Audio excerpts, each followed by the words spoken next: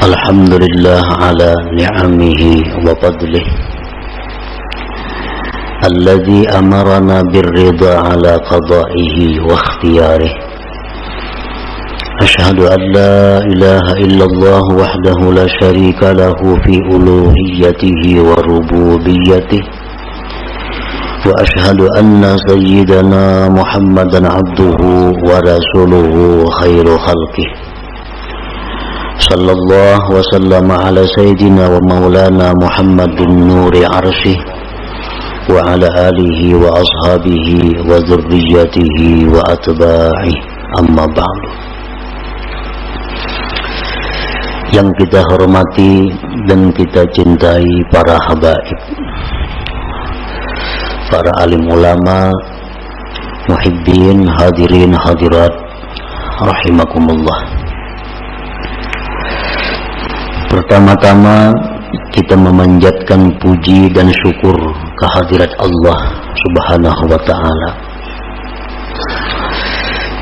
yang telah mengumpulkan kita bersama-sama di majelis yang penuh berkah ini.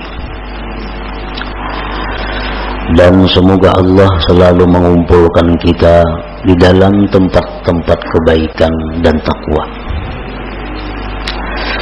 Kemudian kita juga mengucapkan, menghaturkan puji dan syukur kehadiran Allah Subhanahu wa ta'ala yang mana sampai saat ini kita masih digolongkan dalam golongan orang-orang yang menuntut ilmu, dan kita mohon doa kepada Allah agar sampai akhir hayat kita dimasukkan dalam golongan orang-orang yang menuntut ilmu. Salawat dan salam tidak lupa kita haturkan kepada junjungan kita Nabi besar Muhammad sallallahu alaihi wasallam dan kepada seluruh keluarga, para sahabat, zurriyat dan pengikut beliau sampai hari kiamat nanti. Para muhibbin rahimakumullah, al-hikmatu tasi'ata asyrata minal hikamil ataiyah. Qala al-imam Ahmad ibn Athaillah as-Sakandari rahimahullah wa nafa'ana bi'ulumi. Hikmah yang ke-19 dari Al-Hikam, berkata Al-Imam Ahmad bin Athaillah As-Sakandari rahimahullah, la tatlub minhu ayyukhrijaka min halatin liyasta'milaka fima siwaha falau aradaka lasta'malaka min ghairi ikhraj. Yang artinya, janganlah engkau meminta daripada Allah bahwa Dia mengeluarkan engkau dari satu keadaan agar Allah pekerjakan engkau pada keadaan yang lain.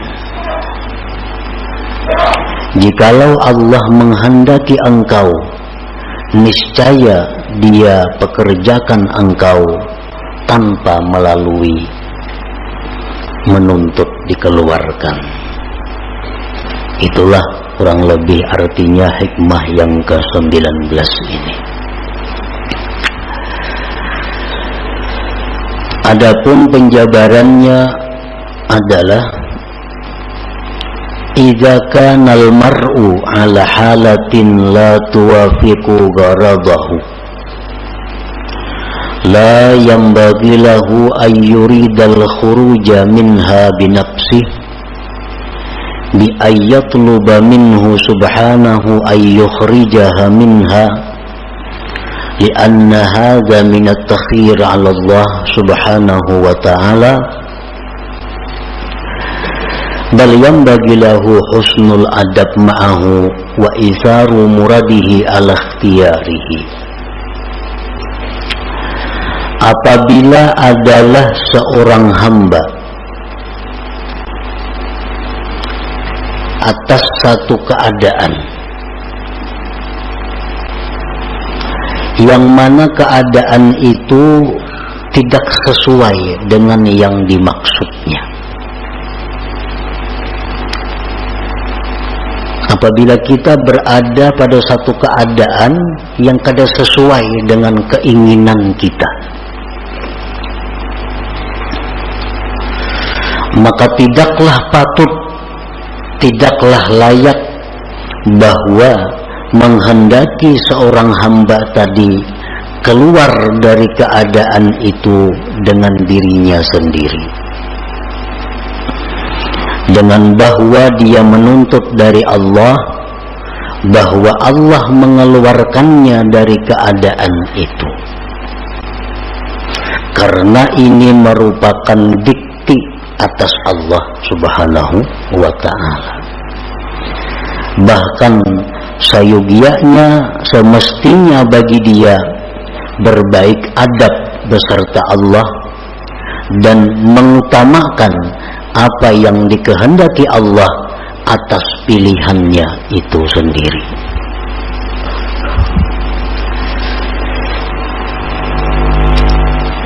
Illa idza kanat haluhu, kecuali apabila keadaannya itu ghaira mardiyyin lillah subhanah, kecuali bila keadaannya itu tidak diridai oleh Allah.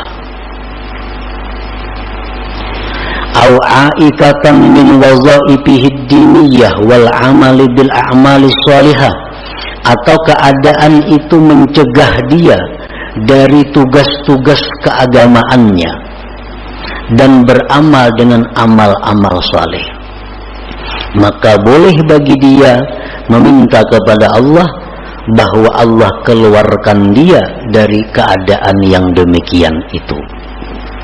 Fahuwa min alamati ma'rifatil abdi bi rabbih subhanahu wa ta'ala, maka itu merupakan tanda ma'rifatnya seorang hamba dengan Allah subhanahu wa ta'ala.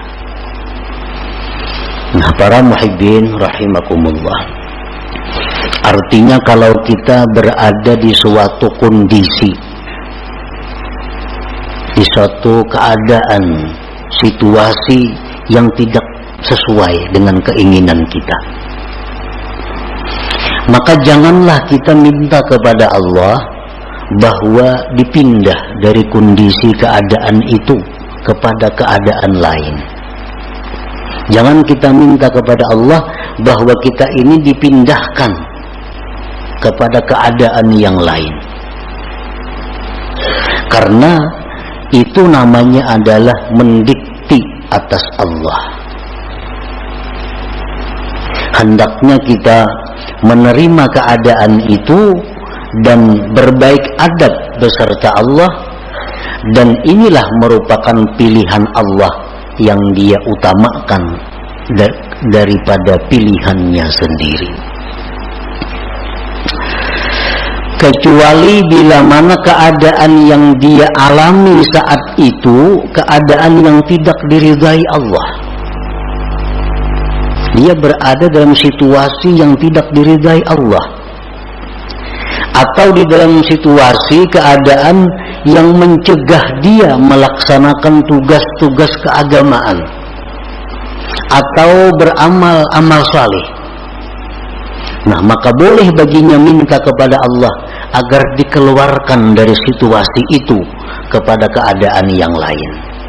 Nah, itulah tanda orang yang ma'rifat dengan Allah subhanahu wa ta'ala.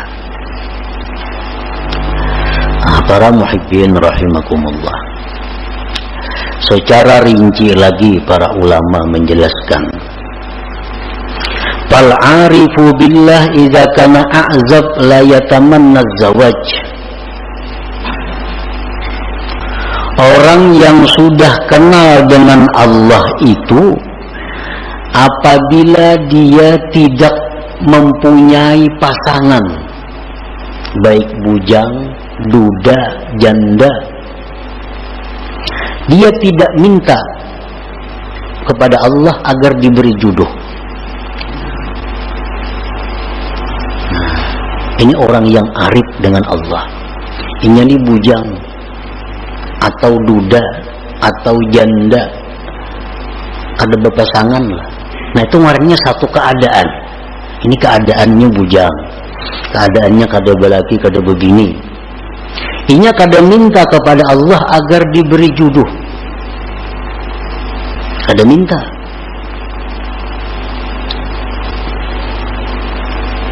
Bahkan dia kelola itu keadaan dengan adab yang baik beserta Allah Subhanahu wa ta'ala.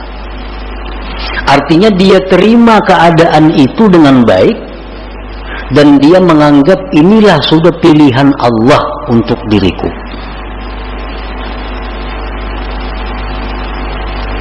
Nah, kecuali keadaan itu, keadaan membujang atau kada berpasangan tadi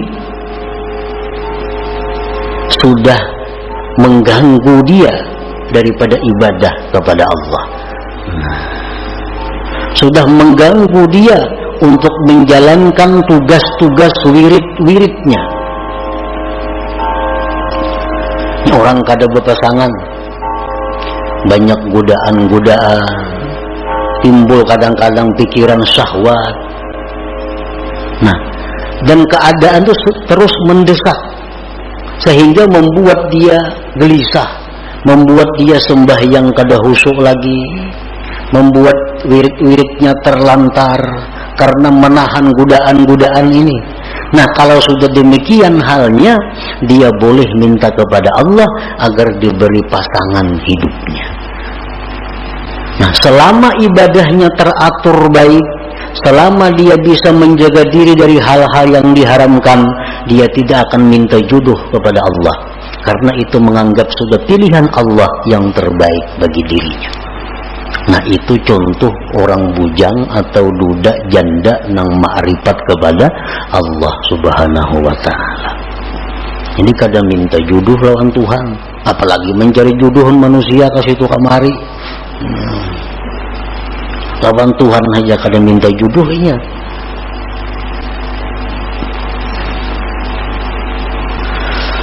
Wa idza kana faqiran la yatamanna al-ghina.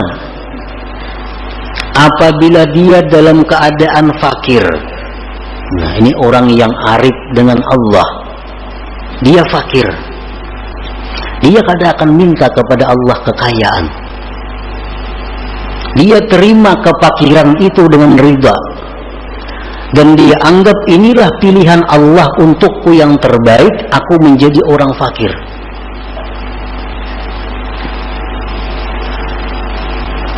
Nah, kecuali apabila sudah kefakiran itu membuat dia terganggu ibadah kepada Allah, apabila kefakirannya itu sudah menghalanginya berbuat amal-amal yang saleh, nah maka di saat itu dia bisa memohon kepada Allah agar dipindah daripada orang fakir menjadi orang yang berada atau orang kaya. Ini sudah fakirnya sudah sulit nih, sudah kada bisa lagi beribadah kepada Allah. Nah, sudah kada kawa lagi melaksanakan wirid-wiridnya, sudah kada bisa lagi menuntut ilmu karena kada berduit. Menuntut ilmu perlu duit. Ini sudah kada berduit lagi, menuntut ilmu kada kawa lagi, pikiran kada karuan, beribadah sudah kada nyaman lagi. Nah, di saat itulah dia boleh mohon kepada Allah agar diberi kecukupan, diberi Allah kekayaan.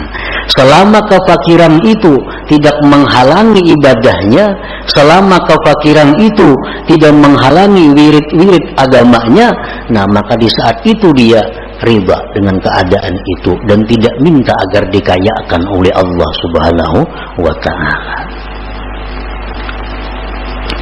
Wa idza kana maridan la yatamanna sihhah. Apabila dia sakit, dia tidak ingin sihat. Dia tidak ingin sihat. Ini sakit. Tapi dalam keadaan bisa melaksanakan tugas-tugas keagamaan, bisa beramal saleh. Sakit ini tidak akan diusahakan untuk disembuhkan. Dan dia tidak akan minta kepada Allah kesembuhan. Tetapi kalau sakit ini sudah mengganggu, nah tugas-tugas keagamaannya, sakit ini sudah mengganggu wirid-wiridnya, sakit ini sudah mengganggu menuntut ilmunya, nah di saat itulah dia minta kepada Allah kesembuhan dan kesehatan.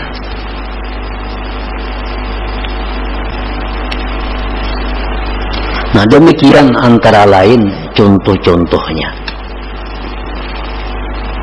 Kalau kita dalam keadaan dan keadaan itu tidak kita senangi, keadaan itu tidak kita ingini, maka diamlah kita pada keadaan itu, ribalah pada keadaan itu, jangan minta keadaan lain kepada Allah.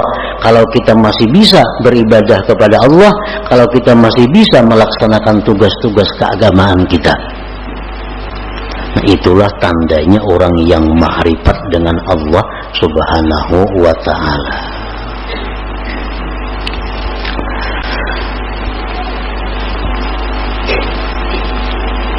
Wa idza kana mutazawwijan la yatamanna al-firaq.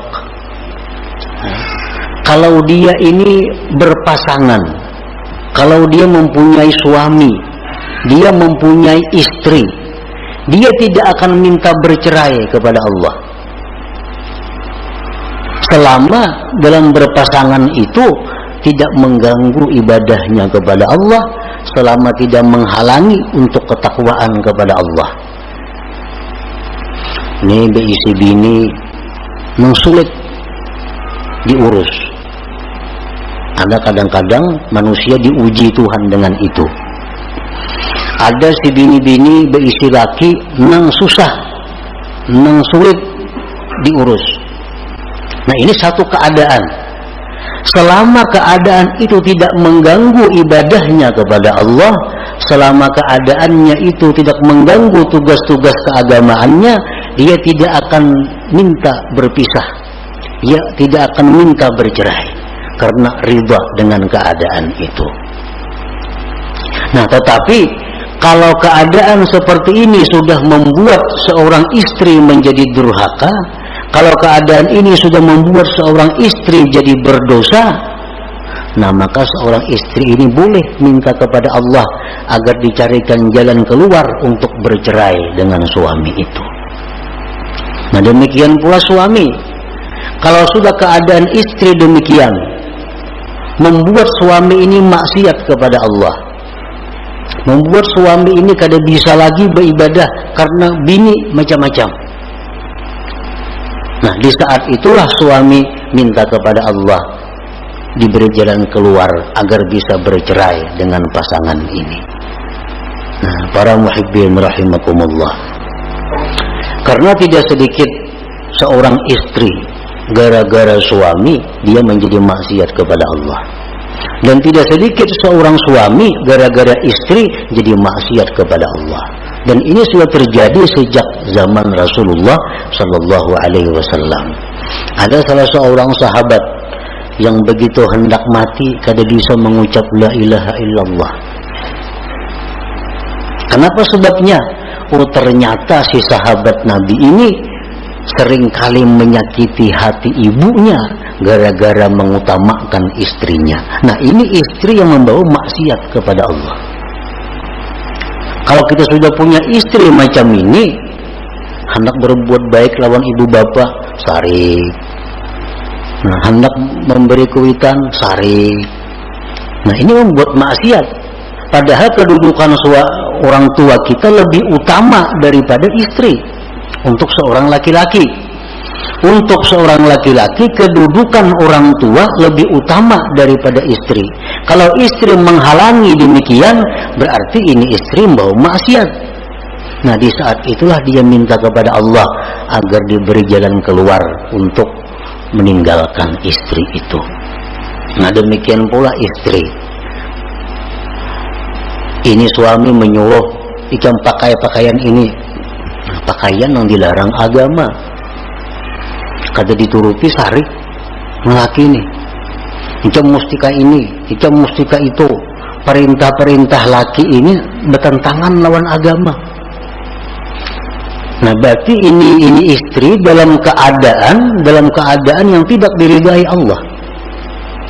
Kenapa? Karena menuruti laki jadi maksiat lawan Tuhan. Kadang menuruti sarik na laki. Nah, di saat itu seorang istri boleh minta kepada Allah agar diberi jalan keluar berpisah dengan suami itu. Nah, para muhibbin rahimakumullah. Jadi fal aqil ya'rif anna gharada khalqihi ala ibadatu wal ma'rifah kama qala Allah ta'ala wa ma khalaqtul jinna wal insa illa liya'budun. Fa ayyu shay'in ya'uqul ibadah wal ma'rifah yatlubu minallahi ta'ala ay yukhrijahu minhu wa ma la fala. Orang yang berakal dia mengetahui bahwa tujuan diciptakannya dia itu untuk ibadah. Orang yang berakal itu mengetahui bahwa tujuan Allah menciptakan dirinya itu untuk mengabdi kepada Allah. Allah berfirman, tidak aku ciptakan jin dan manusia melainkan untuk menyembah, mengabdi, beribadah kepadaku. Nah, maka sesuatu apapun yang menghalangi ibadah dan ma'rifat, maka dia akan minta kepada Allah dikeluarkan daripada keadaan itu. Nah, para muhibbin rahimakumullah. Jadi Allah menciptakan kita ini adalah untuk beribadah kepada Allah.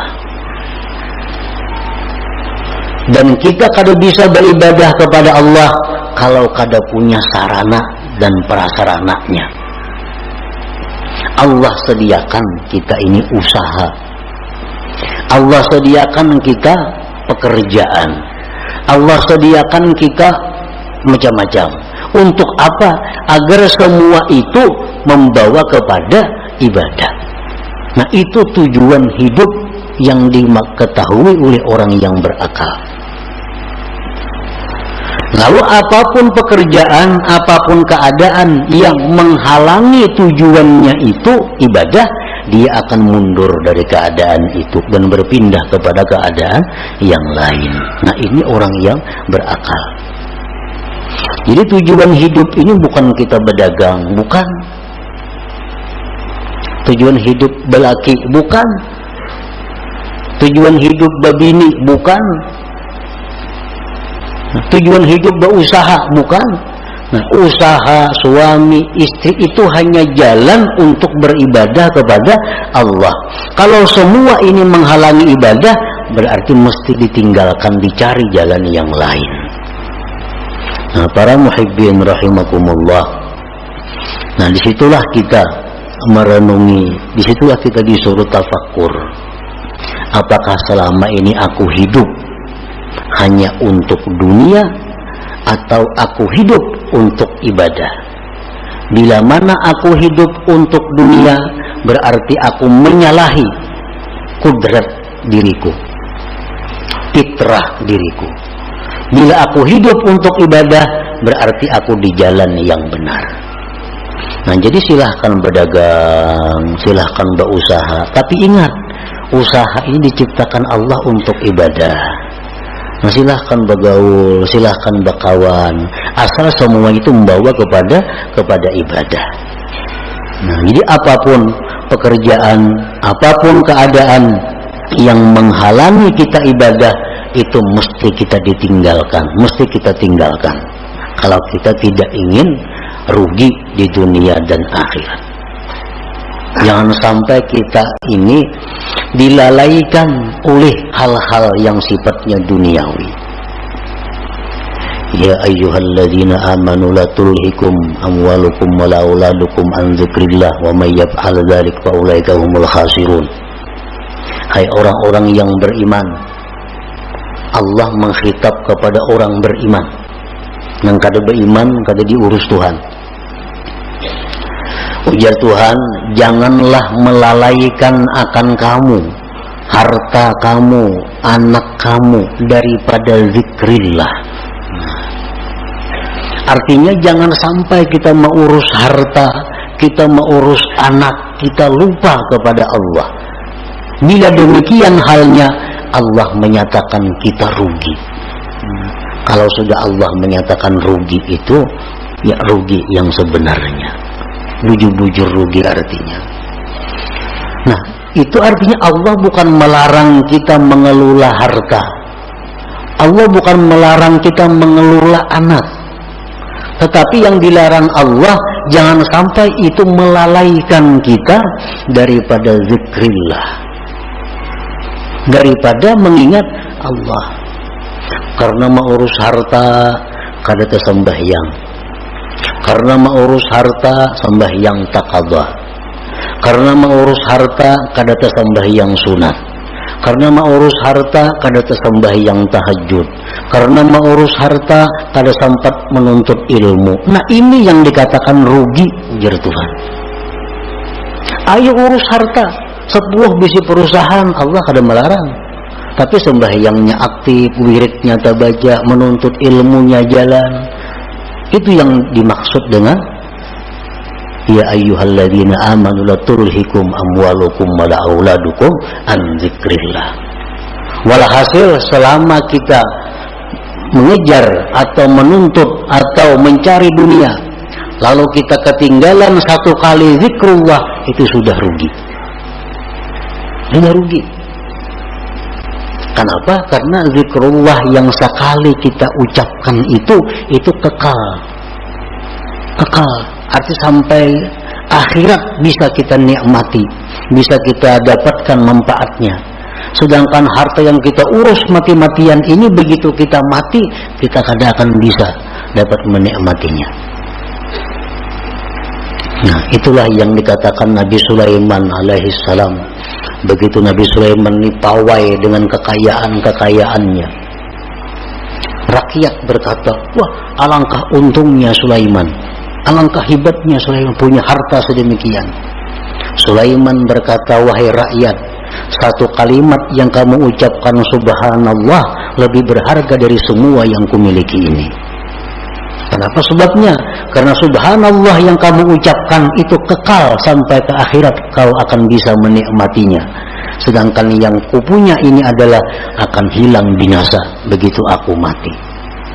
Nah, jadi artinya berapapun besarnya keuntungan yang kita dapatkan daripada mengejar dunia, tapi kita ketinggalan satu perbuatan taat, itu sudah dikatakan Allah khasirun, rugi. Karena apa? Karena tujuan manusia dicipta untuk taat, bukan untuk mengejar atau mengumpulkan hal-hal yang sifatnya duniawi itu. Nah, para muhibbin rahimakumullah, itulah sebagian dari apa yang dimaksud dalam hikmah yang ke-19 ini. Mudah-mudahan Allah Subhanahu wa taala memberikan taufik hidayah kepada kita sehingga kita bisa mampu mengamalkan apa-apa ilmu yang diberikan oleh Allah kepada kita.